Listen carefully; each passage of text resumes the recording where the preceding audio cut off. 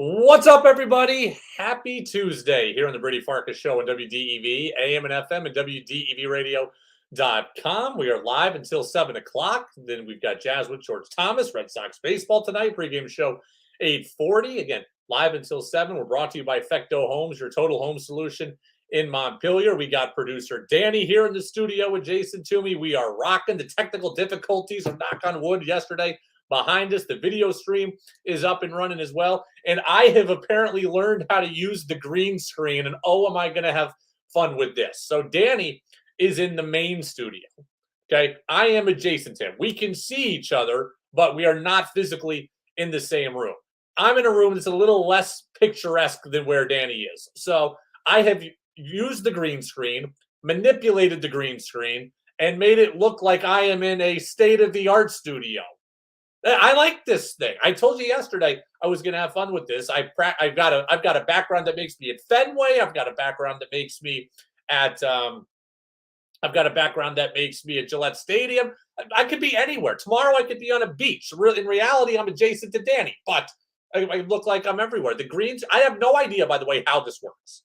I have absolutely no idea how the green screen works. Okay, you watch a TV broadcast and you watch the weather people, right? And they're pointing at maps and towns, and they're not really pointing at things. That's a superimposed image on a green screen. I have no idea how it works. I have no idea why it works. I can't wear a blue shirt anymore to work or a green shirt to work anymore because a green screen with a green shirt isn't going to work out. So note to self, do not ever wear green into the studio again. So that's going to be tough for me to remember. But, here we are. We're live. We're back. The tech issues are behind us, and I look like I'm in a brand new studio. In reality, though, I'm in the studio adjacent to Danny. So, again, you can get in on the Air Auto text line, 802-585-3026. That's the Air Auto text line, AirAutoSales.com, 802-585-3026. Danny, I want you to know the people are very happy that you're here.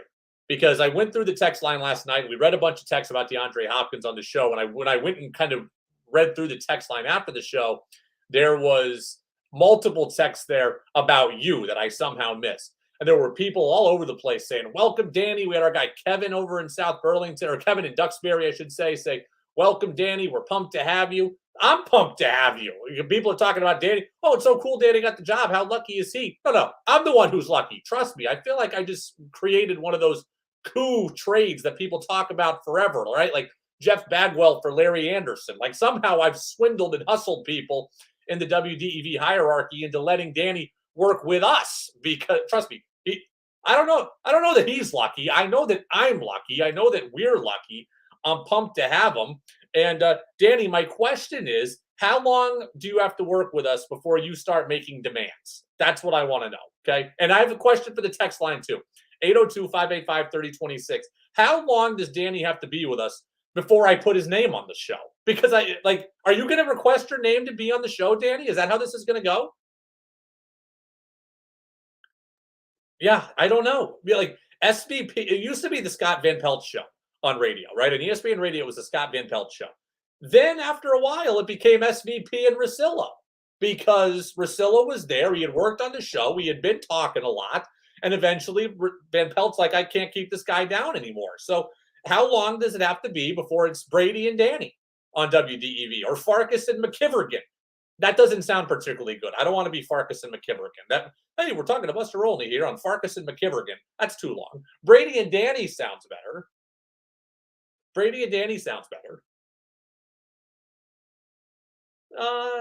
Well, if you wanted the Brady Farkas show with Danny, no, I think it would have to be. And with sounds like you're an accessory. The people are happy that you're here, and if we're going to give the people what they want, I don't think we can just go the Brady Farkas show with Danny. So,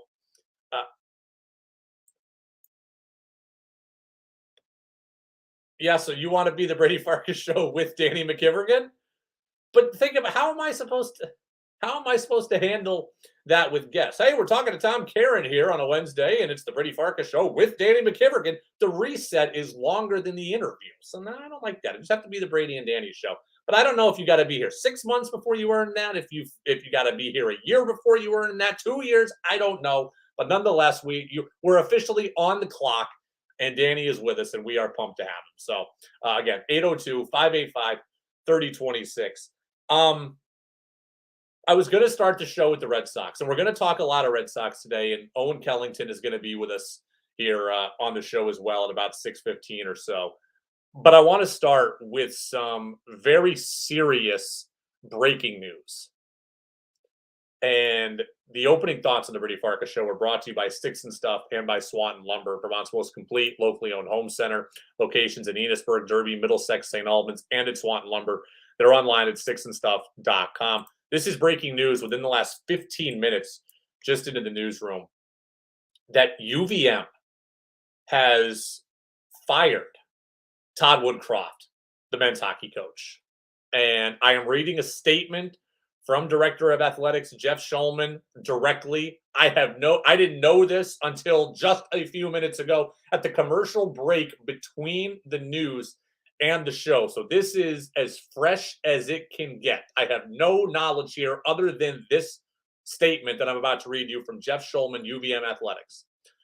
The University of Vermont Athletic Department has high expectations for the conduct of our coaches and all involved with our department. After reviewing the findings of an investigation conducted by UVM's Office of Affirmative Action and Equal Opportunity that was completed this week, it is clear that Coach Woodcroft failed to meet those expectations.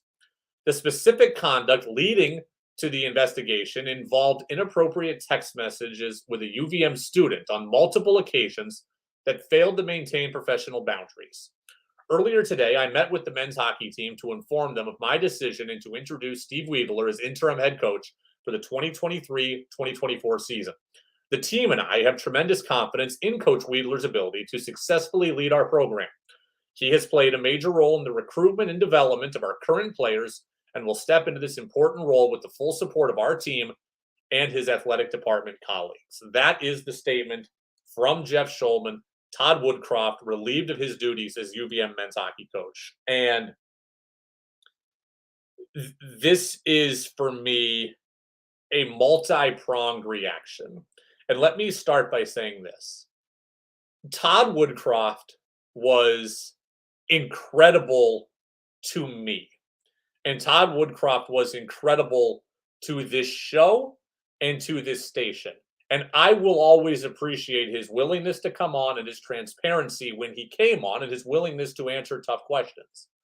That said, just because someone is good to me does not make them good to someone else and does not make them good overall. I know Todd Woodcroft to be a man of integrity.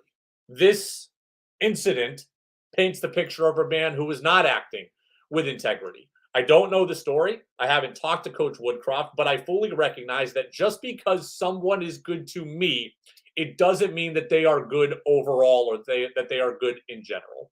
So the Todd Woodcroft that I have known has been a great and stand-up guy.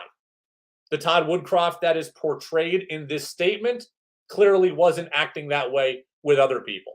And first and foremost, I feel bad for that other person, that quote UVM student. I feel bad for that person that they were put in an uncomfortable or inappropriate situation or being inappropriately contacted, etc. Right? This says involved inappropriate text messages with a UVM student on multiple occasions that failed to maintain professional boundaries. So I feel bad for that student that was put in that situation. That's first and foremost. I hope that that student is okay. As far as what this means for UVM hockey moving forward, this creates more turmoil for the program. And the thing that Todd Woodcroft had done, or the thing that Todd Woodcroft was doing that I liked, was bringing stability to the program. And now that stability is being upended again. And for those student athletes, I feel bad that the program is in, I don't want to call it disarray, but that the program is experiencing chaos. That is something that really disappoints me for those players. Look, okay, we've got a breaking news weather alert coming in. We will do a bit of a news sports hybrid today as it calls for it. We'll get back to Todd Woodcroft in a second. We'll get that breaking news weather report here.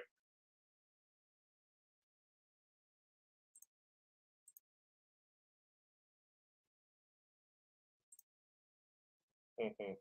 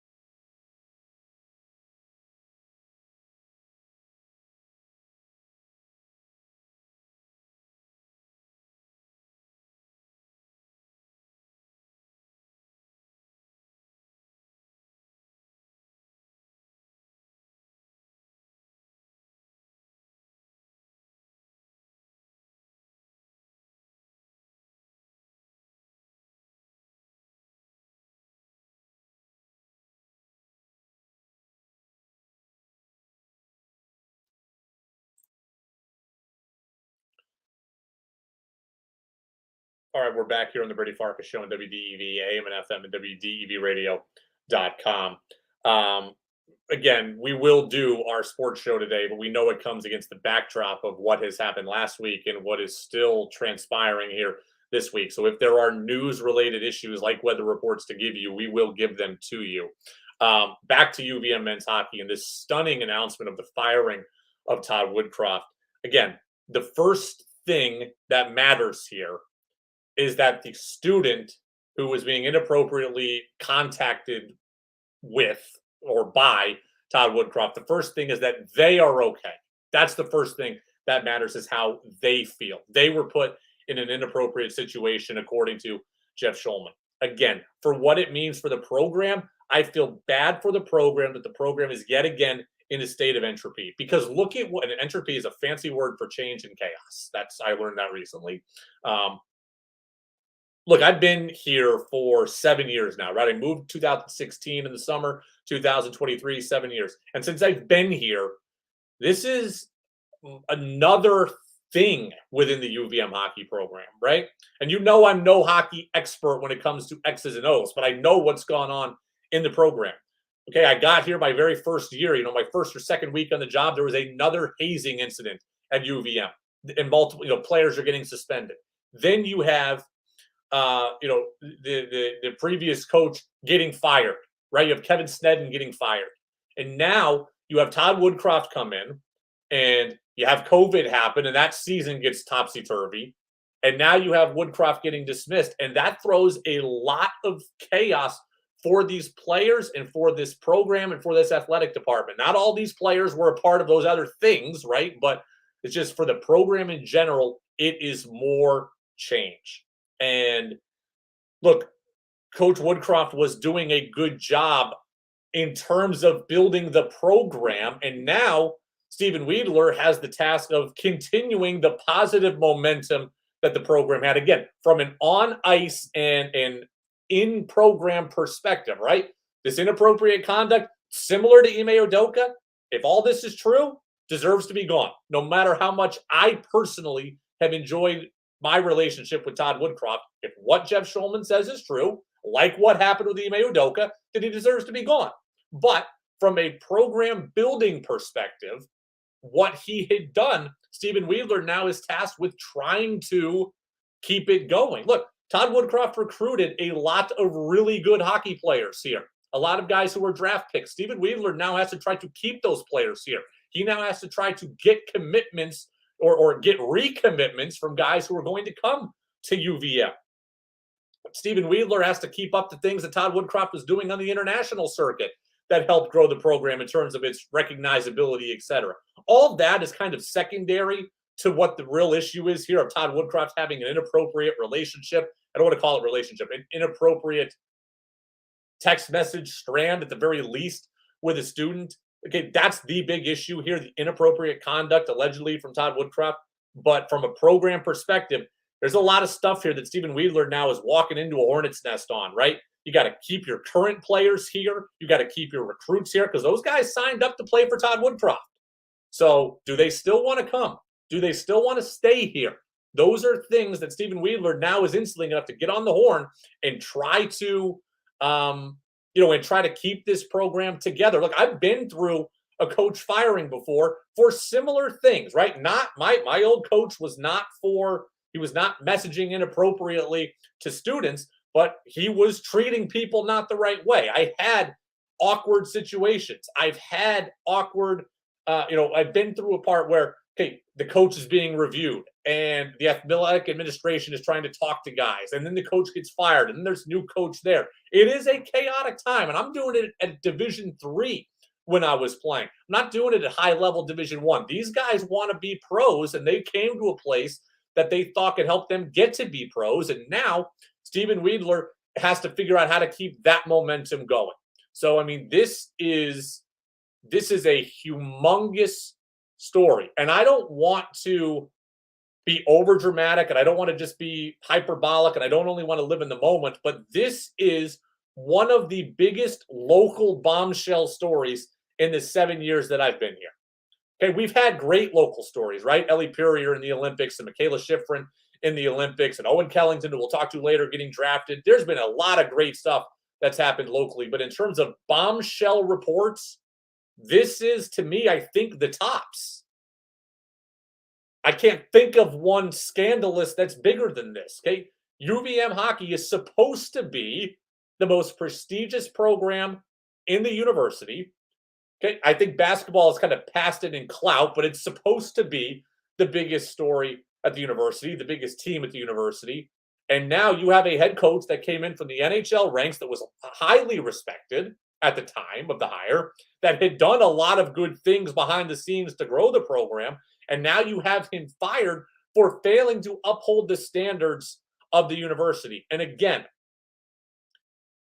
Todd Woodcroft was great to me, but that does not make him great overall. And so I recognize that. Okay, just because I didn't see this does not mean that it doesn't exist. I'm not going to just sit up here and stunt for Todd Woodcroft and have his back because I know him to be good. I saw this nationally over the weekend, right? The stuff that's gone on at Northwestern with the hazing stuff. Pat Fitzgerald. A lot of people like, hey, Pat Fitzgerald's great. He's been great. He's a man of honor. Well, okay, that's what you got to see. That's not necessarily what other people got to see. With Todd Woodcroft, I saw a man of honor. I was treated with respect. He came on this show and he was willing and he was great and he took care of me in other ways too. But that doesn't mean that what they're saying didn't happen. So I'm not just going to sit here and defend. I feel bad for the student who was put in a bad compromising situation. I feel bad for the players that are now out a head coach, and for some of these players that potentially have been out two head coaches and have to deal with the COVID season in their tenure at UVM, and for the players that signed up to play here based on what they thought Todd Woodcroft could do for them, that now they have to, that now they are, kind of up a tree trying to figure out what their next move is. This is not easy. This is not fun. This is not good. And I feel bad for several people involved in this. Peter over in Williston says, Coach Woodcroft had to go if these allegations are true. UVM and every university is supposed to be a safe haven between students and faculty. I agree with that. If this is true, then he did have to go. Ross says, at what point does the AD get on the chopping block? There's issue after issue here. Something needs to happen management-wise. That's a fair point. That is a fair point. And Jeff Schulman has always been nice to me as well. But we are talking about a university that is laden with issues here over the last several years. Again, I've been here 7 years. It's not necessarily a small sample size. I'm not saying that things have happened in rapid succession, but you have a hazing incident with hockey 7 years ago. You now have this under Jeff Schulman's watch. And then you have everything that happened with UVM basketball that are allegations that we don't know officially because there hasn't been a court case, but you have Anthony Lamb alleged of raping a student athlete in Kendall Ware. You have an athletic department that allegedly covered it up, of which Jeff Schulman was part of. And you have a head coach in John Becker who allegedly played Anthony Lamb while all this stuff was going on. And again, I don't know what's true, so I can't sit here and put everybody at UVM on the chopping block for that, but I could sit here and say that if those things are true, then heads have needed to turn at UVM long ago. And there are issues in this athletic department. So, and they have happened under Jeff Schulman's watch. And that is, I mean, simply put, that's not good. I'm trying to think of a more creative way to say it. It's not good. It's not good. Again, the text line is open, 802-585-3026, the AR Auto text line. Travis says, where there is smoke, there is fire. I'm not even sure where the program goes from here. Where the program grows, let me tell you where the program goes from here. Again, I've been through this before, similarly, when I was a player in college. Where the program goes from here is as follows. Stephen Weidler gets in front of his team. He calls a Zoom meeting and gets on at whatever time he has to get on, and he connects with guys, as many guys as he can at one time, and he talks to all of his players and says, look, we were on the cusp of building something special here. I am going to continue that. You have my word on that. The things that Todd Woodcroft did well, we are going to continue on. We are going to stay on that path, and this program is going to continue to get better. He's got to try to solidify recommitments from all of his players. He doesn't want guys sitting out. He doesn't want guys transferring. He doesn't want guys leaving. He's got to tell people that, hey, I can still do something for you that's beneficial, right? Todd Woodcroft had a lot of connections, things that happened at UVM, Patrick Sharp getting involved and Mike Babcock getting involved. These are Todd Woodcroft connections. Stephen Weidler doesn't have them, but he's got to be able to tell guys, hey, I've still got connections.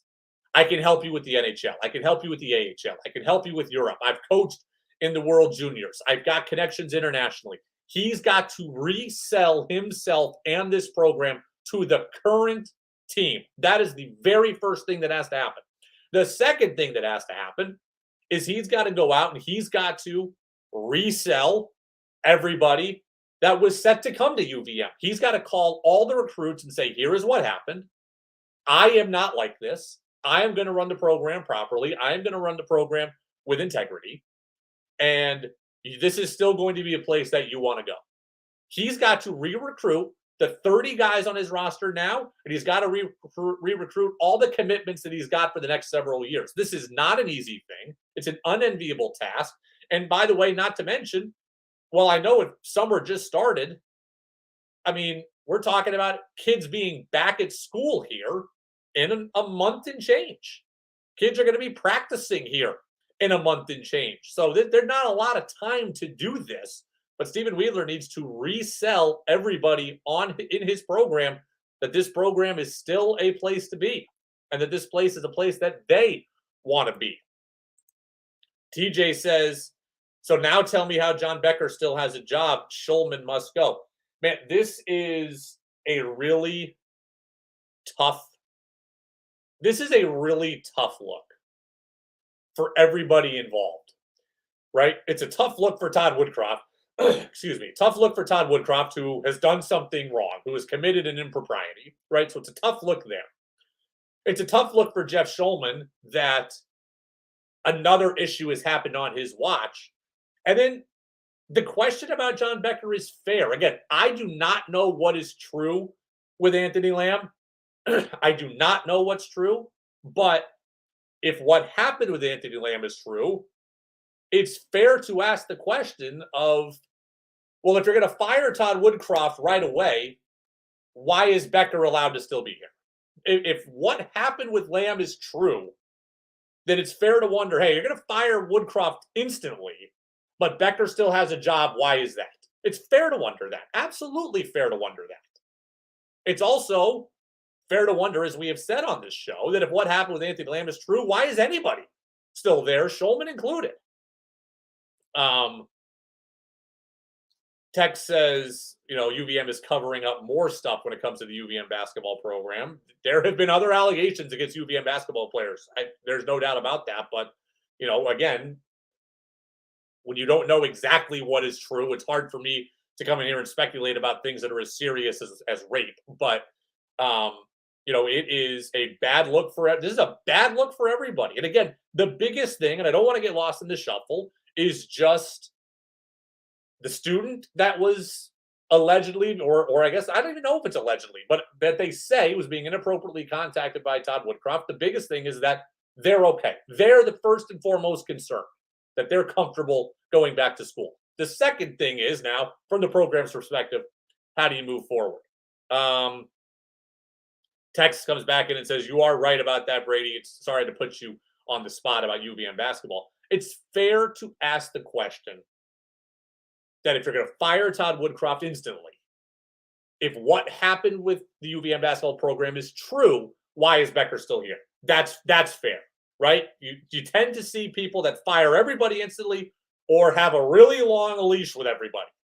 This is an odds and evens thing, right? They get rid of Woodcroft, they keep Becker. But again, we don't know what's officially true in the basketball situation. But it is fair to wonder, kind of, if what happened with UVM basketball is says to be true, it's fair to wonder why anyone's still here.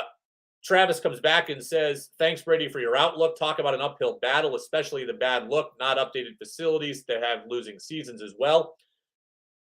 From a program perspective, it's really tough because, again, from a pure hockey perspective, I thought that UVM hockey under Todd Woodcroft was doing a good job in growing, right? Simply put, I look at Todd Woodcroft from a pure hockey perspective and I say, this guy had NHL connections. He was churning out pro players.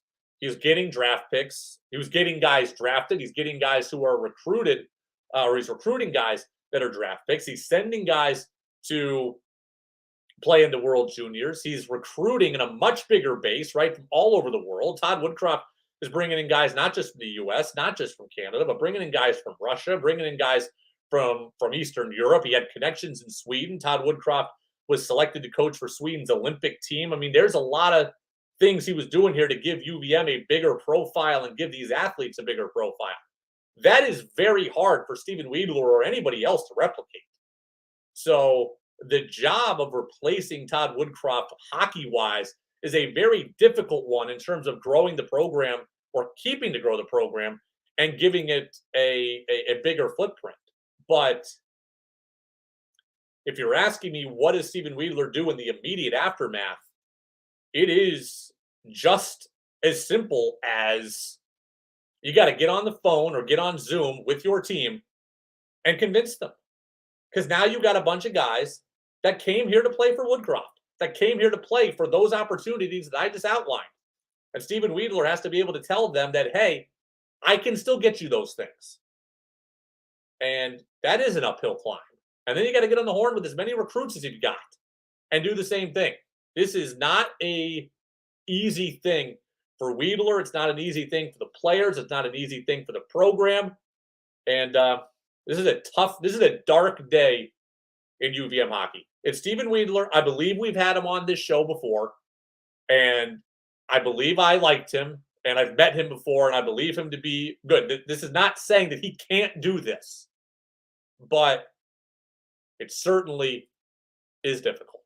We just went 30 minutes with no commercial break. We got to get a word in with some advertisers. We got to get the CBS News update. That's going to come up next. We'll be right back at it here on the Brady Farkas Show on WDEV, AM and FM, streaming at WDEVradio.com.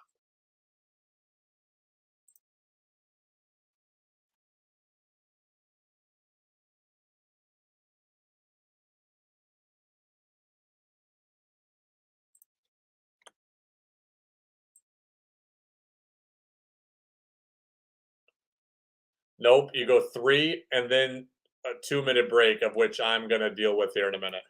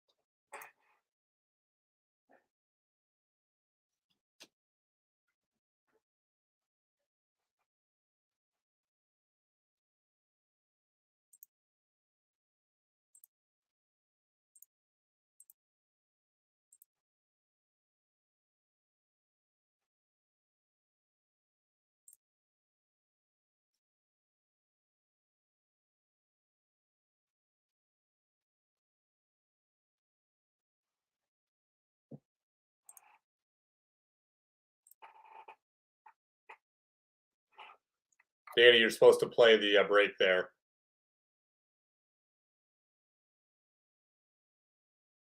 Just eject that. Just get out of this at 30.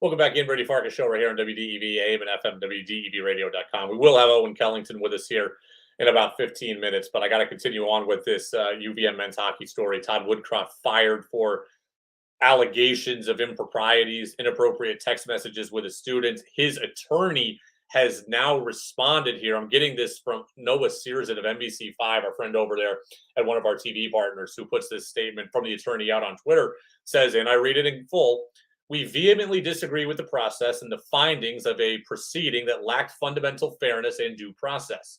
We strongly believe the university's decision was contrary to the facts and the law. We intend to pursue justice for Mr. Woodcroft, who has been an outstanding coach and community advocate for over 2 decades." Look, there's 3 sides to every story. Okay?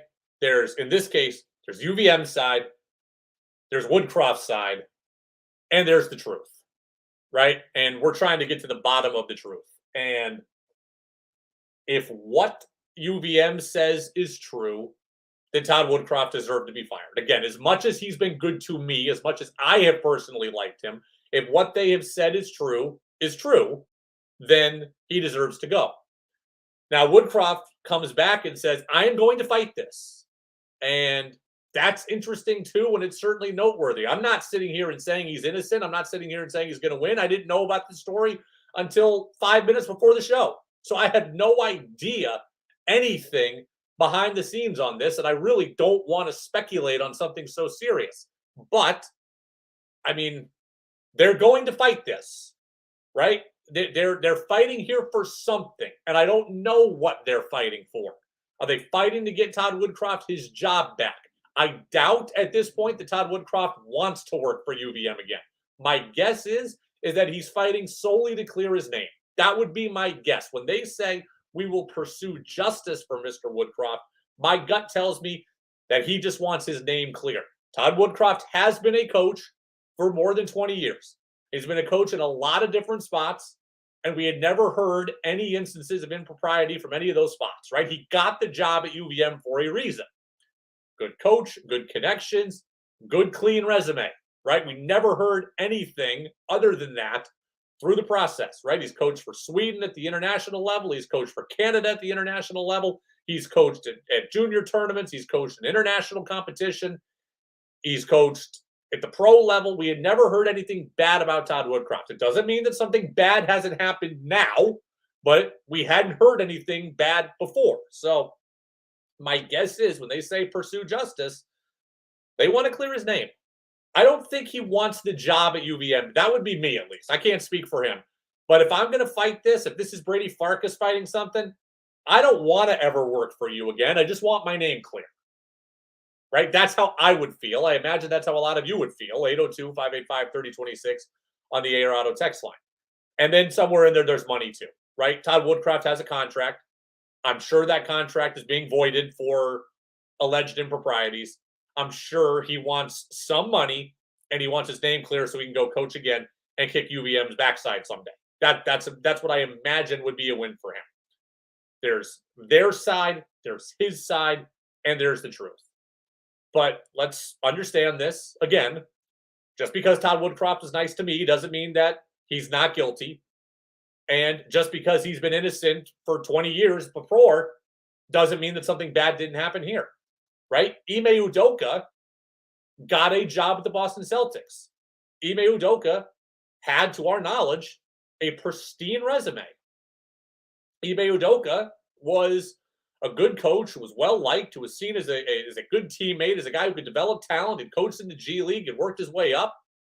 And then Ime Udoka made some poor decisions that ultimately cost him his job. The same thing could have happened here. Just because you've been on for 20 years doesn't mean that you're not off one time. And as we continue through this, there's going to be there's going to be a continued discussion.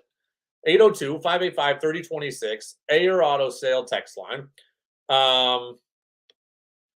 Text says, sounds like the department needs to be cleaned out, starting with Schulman. That's what we talked about in the last hour. It is fair. It is fair to wonder. And if I am UVM's administration, like not just the athletic administration, if I am UVM's higher-ups, right, the president, the chancellor, whatever they've got, if I am that person, or if I am those people, if I'm the board, I am looking at the athletic department and wondering what's happened or what's happening and what's happened under Schulman. Right? The one I didn't even mention is let's remember this. Chris Day, the UVM women's basketball coach, was let go for something, and I don't remember exactly what it was. So, I don't have a specific here, but before Lisa Kresge was the head coach, Chris Day was head coach, and he was let go for something. So we got hazing with hockey, we got Chris Day, we got Todd Woodcroft, and we got the allegations against the UVM men's basketball program. It is fair, if I am the higher-ups at UVM, to sit here and wonder, what is going on in my most visible department? Right? UVM, and people say, oh, athletics doesn't matter, and athletics doesn't matter at UVM. Athletics matters at UVM. Athletics is the most visible part of the school. Okay? Basketball, hockey, NCAA tournament appearances, that brings in the revenue for the school. I am sorry to all the academics out there, but the geology program doesn't bring in the money for the school. Okay?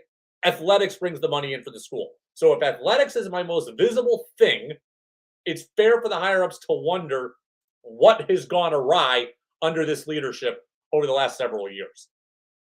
Another text says, yeah, it is time for the athletic department to clean house. Another text on the AR Auto text line says 802-585-3026. Moving forward, how attractive is this job? It's a good question.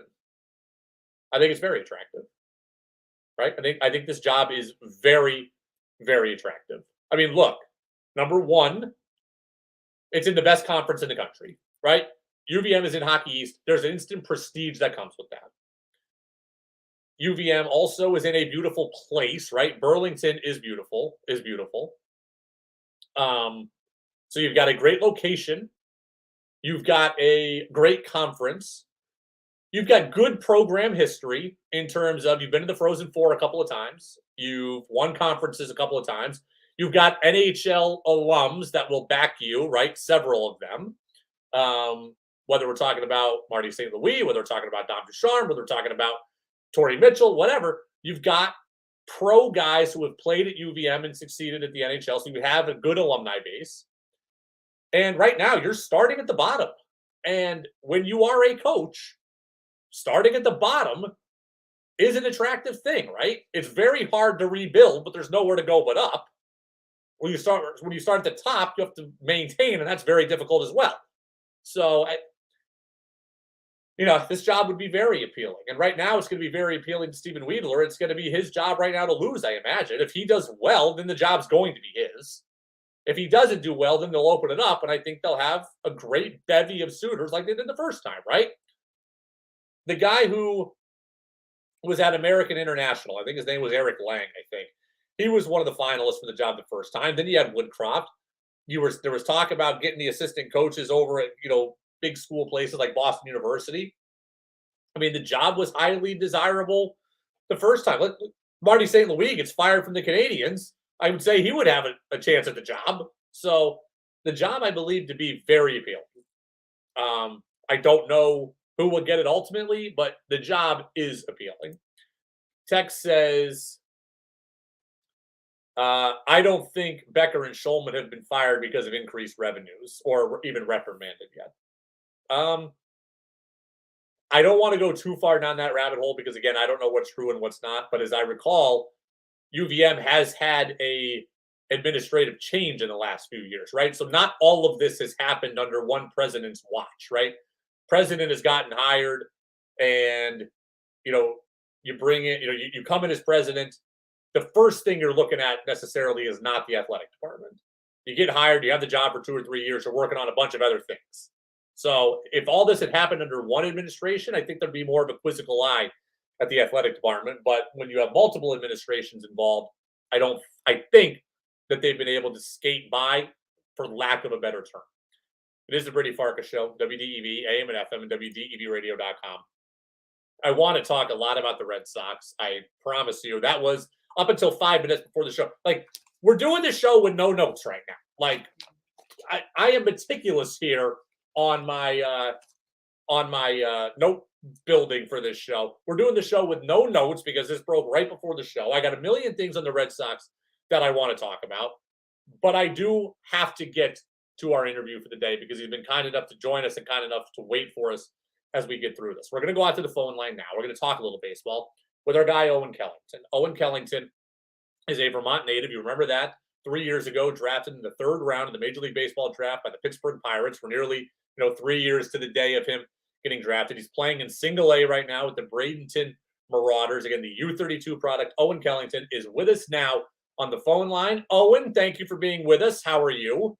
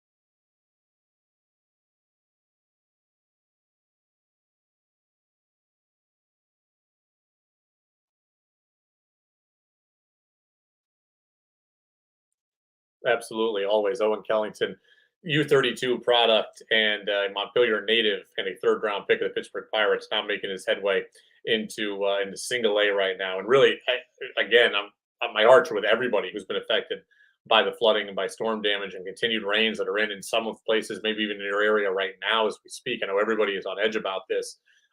The picture that Owen Kellington's mom posted of leading to their house, I mean, the road is just gone, not underwater, just gone. I mean, I've never really seen anything like this. It almost looks like if you took a hammer to a rock and it splintered, that's what this road looks like. And I can only imagine how difficult it would be to pitch knowing that's going on. And Owen said, hey, I tried not to think about it. I was able to compartmentalize. And that's a gift that pro athletes have. And even at the minor league level, Owen Kellington is learning it, right? Like guys pitch through family members being ill. They pitch through divorce. They pitch through personal turmoil. They pitch through, they play through, Nate Solder, the old Patriots offensive lineman, his kid had cancer. I mean, these people are able to compartmentalize through horrible things, and I couldn't even imagine doing it. Owen Kellington was able to do it last week. Peter and Williston said, great interview with Owen. I wish my Reds had drafted him, really rooting for him. We're all rooting for him because it's a great story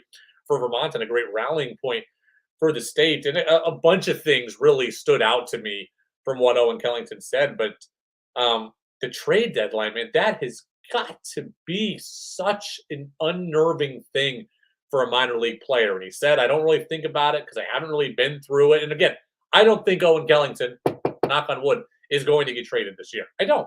The Pittsburgh Pirates are we're trading away major league players to get more people like Owen Kellington phase. They're not looking to trade him. So I could say with 99% confidence, he's still going to be with the Pirates by the end of the year. But you talk about being a minor leaguer as the trade deadline comes, it's got to be one of the most unsettling things that there is.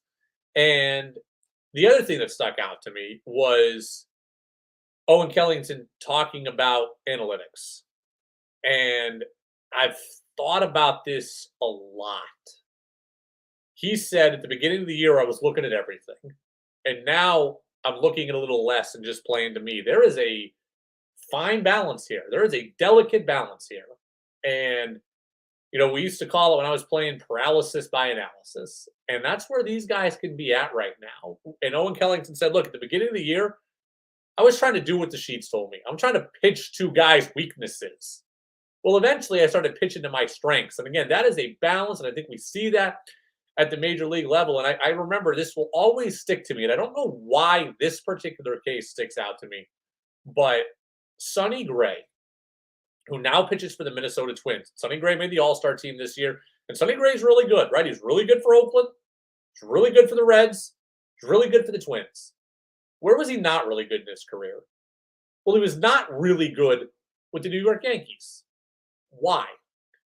Well, Sonny Gray afterwards said, they wanted me to throw my slider a lot, like all the time. And he goes, I don't like my slider. I don't have confidence in my slider. And the Yankees situation was like, well, these guys can't hit sliders. And sliders are a tough pitch to hit. And that's what our guys are going to throw. And Sonny Gray is like, this is not what works for me, though. And I think Owen Kellington is finding that out now, right? Like you can have all the information, you can believe in the information, you can want to use the information, but it's at some point you do also just have to be you.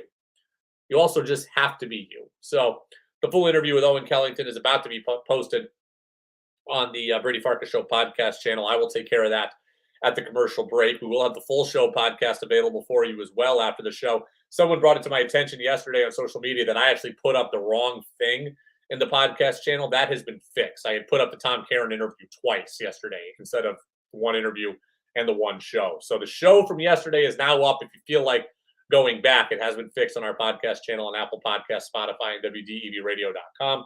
Another thing, just kind of a note here.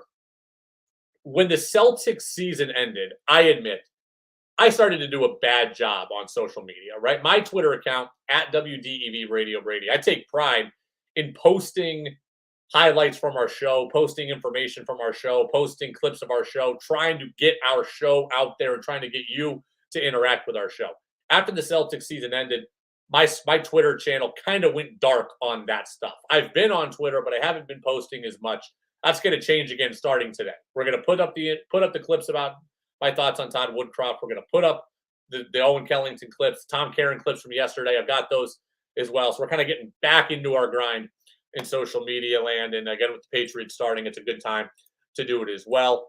Texter says, great interview with Owen. Yeah, he is awesome. And, he does feel comfortable. And I don't ever want to imply that he hasn't been comfortable in professional baseball because I don't know him that well, right? I've talked to Owen Kellington 3 or 4 or 5 times, and that's it. I don't know him personally, but I can only imagine. Like, think about what this is like. You're 18 years old, and I believe Owen Kellington signed for over $3 million. Someone can find that and correct me if I'm wrong. Danny, maybe you can find that, find out what the signing bonus was. But I'm going to go with $3 million is wrong. I take that back. It's way less than $300 million. I want to say it was like $600,000. So I don't mean to give wrong information. About $600,000. But think about this. You're 18 years old. You're plucked from rural Vermont. You're you're not going to college, right? You had a commitment to UConn. You don't go to college. All your other friends are going to college or junior college or going right to work, but you're not. You're getting plucked from rural Vermont and getting sent down to Florida to be at the Pirates complex. You're playing with guys that you don't know, you've never heard of. You're living on your own. You're living in an apartment. You don't have mom and dad there. You are with guys in some cases that might not speak English. Like, this is a tough adjustment to make. And then you're dealing with routines and lifting and all this stuff you've never done before from people you don't know. And you're trusting them and you're just going with them. And it's baseball. Your whole life you've been in school. And now you've got $600,000. You live 1,000 miles away from home. And, it's a hard enough time to go to a dorm room 45 minutes from home, an hour from home, 3 hours from home. Nevertheless, 1,000 miles away.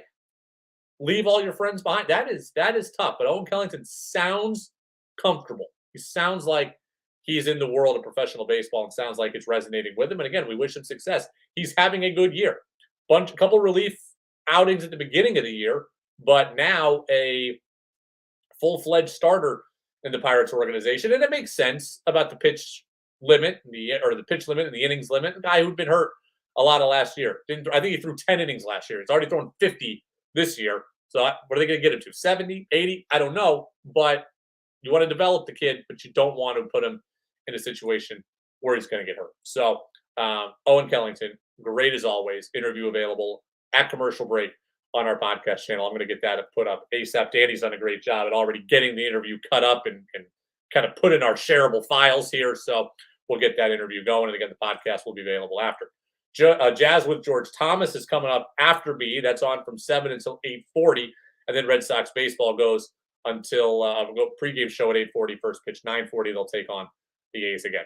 More information on Todd Woodcroft being fired as the head coach at UVM men's hockey. I'll tell you the very latest that we know. We'll do it next on the Brady Farkas Show here on DEV.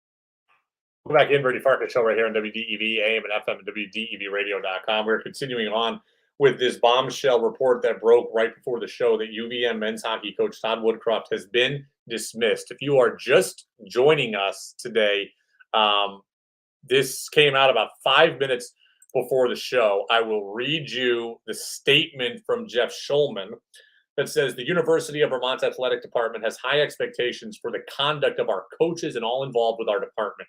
After reviewing the findings of an investigation conducted by UVM's Office of Affirmative Action and Equal Opportunity that was completed this week, it is clear that Coach Woodcroft failed to meet those expectations. The specific conduct leading the investigation involved inappropriate text messages with a UVM student on multiple occasions that failed to maintain professional boundaries. Earlier today, I met with the men's hockey team to inform them of my decision and to introduce Steve Wiedler as interim head coach for the 2023-2024 season. The team and I have tremendous confidence in Coach Wiedler's ability to successfully lead our program. He has played a major role in the recruitment and development of our current players and will step into this important role with the full support of our team and his athletic department colleagues.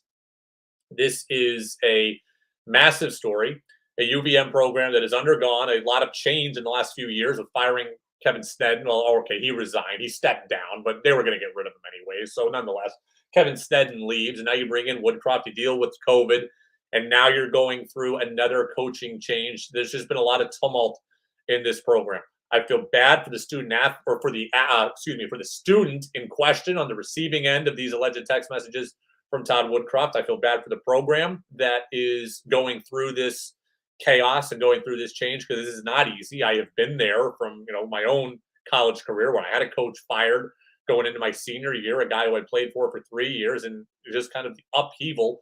It is not easy, and it is not fun to deal with if you are a player. So there's a lot going on here.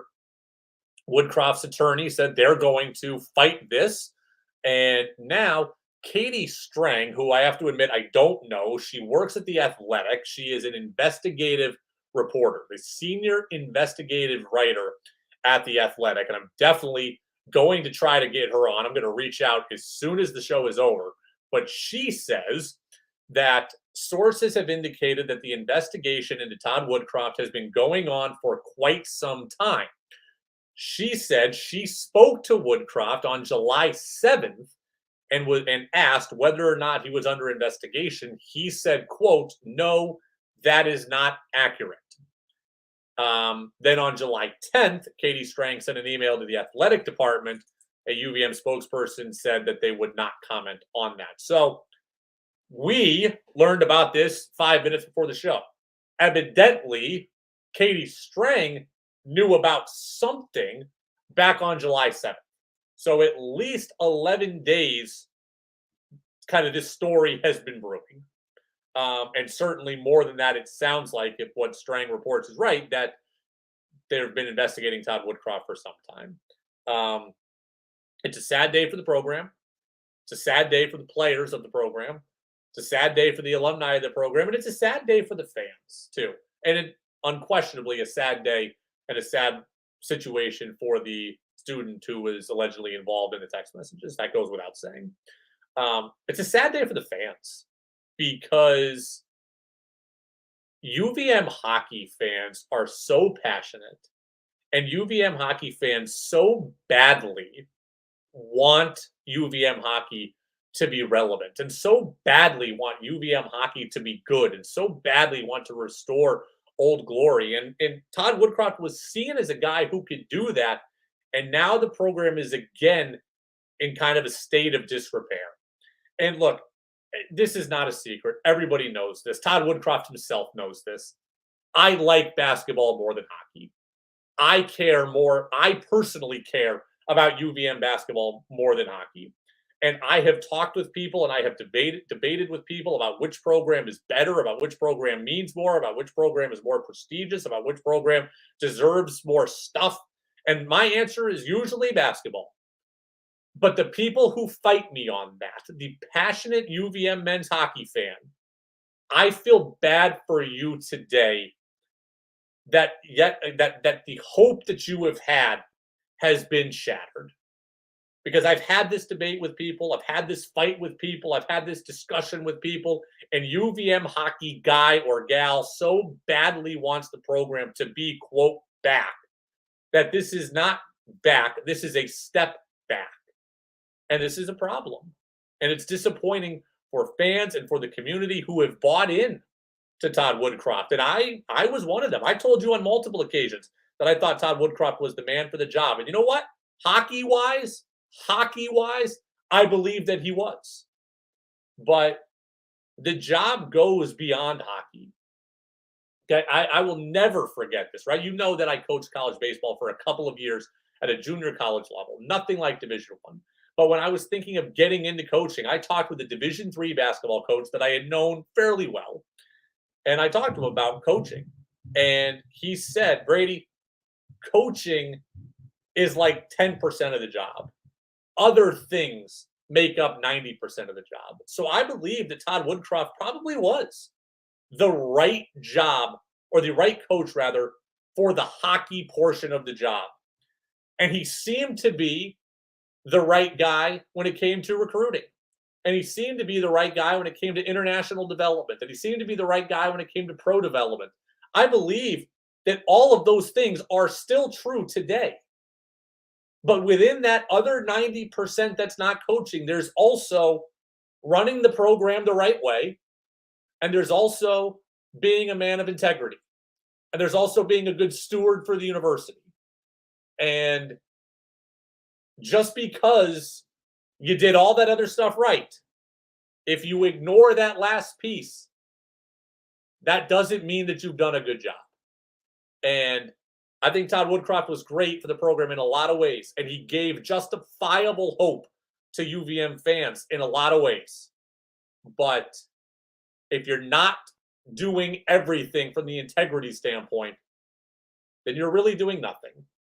And again, there's three sides to the story. There's his side, there's their side, and there's the truth. And the truth will eventually come out. But right now, we have a decision. Todd Woodcroft's been fired. I'm not going to sit here and tell you that Todd Woodcroft's innocent because I don't know.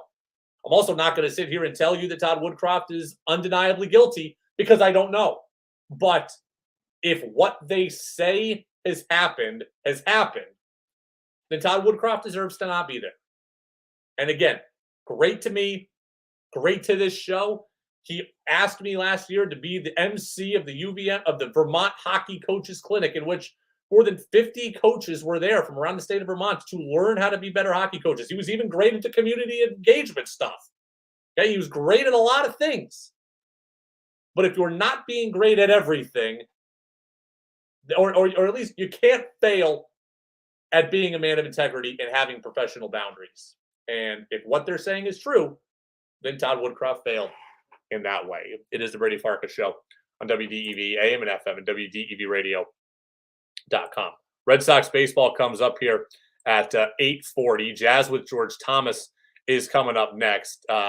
Danny, we have done a lot of stuff here. The commercial log needs to be massaged a little bit. We'll step aside briefly. We'll come back, finish out the show, but we may have to have an expanded commercial break at the end. I'll do some work on that. I'll come back, get you ready for the Red Sox tonight, and wrap up any text you have on the Air Auto text line, 802-585-3026. We'll be right back at it on the Brady Farkas Show on DEV.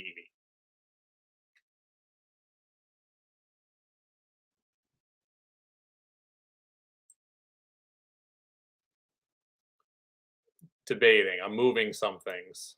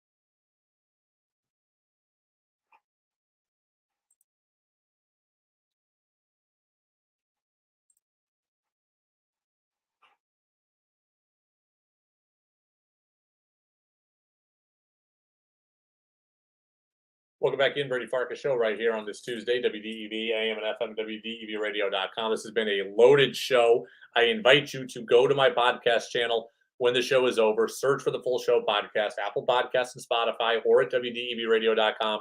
Now that we've got Danny here as our producer, he has just been killing it. We're 2 days in here to this arrangement. He's already got the show kind of saved in bits and pieces now. The show will probably be up by 7:15 at the latest. He has done a great job. So if you want all of my thoughts on this loaded story about Todd Woodcroft being fired at UVM, go to the podcast channel. You can also check out my Twitter account at WDEV Radio Brady. I will be doing a better job again at bringing you some of my video clips from the show. We did a great job of it for a long time. Once the Celtics ended, my Twitter account kind of went on a little bit of a summer break, but we're back at it here today. You'll have some of my thoughts on this. This is really a sad, momentous day in UVM, in recent UVM athletic history.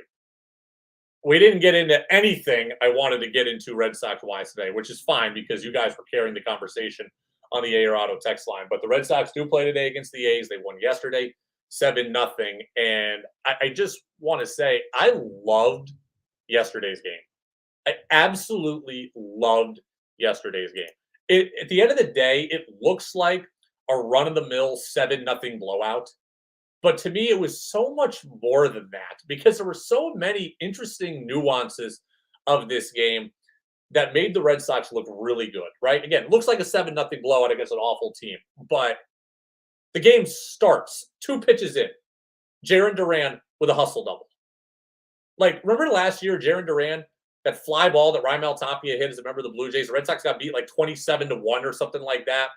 And Duran can't find the ball and then loafs after it. What a difference a year makes when it comes to hustle and effort. Every single game now, it seems like Jarren Duran is starting the game by putting pressure on the opposition. And he instantly turns a jam job flare into a double and then ultimately scores a run. And the Red Sox are up 1-0 in the blink of an eye.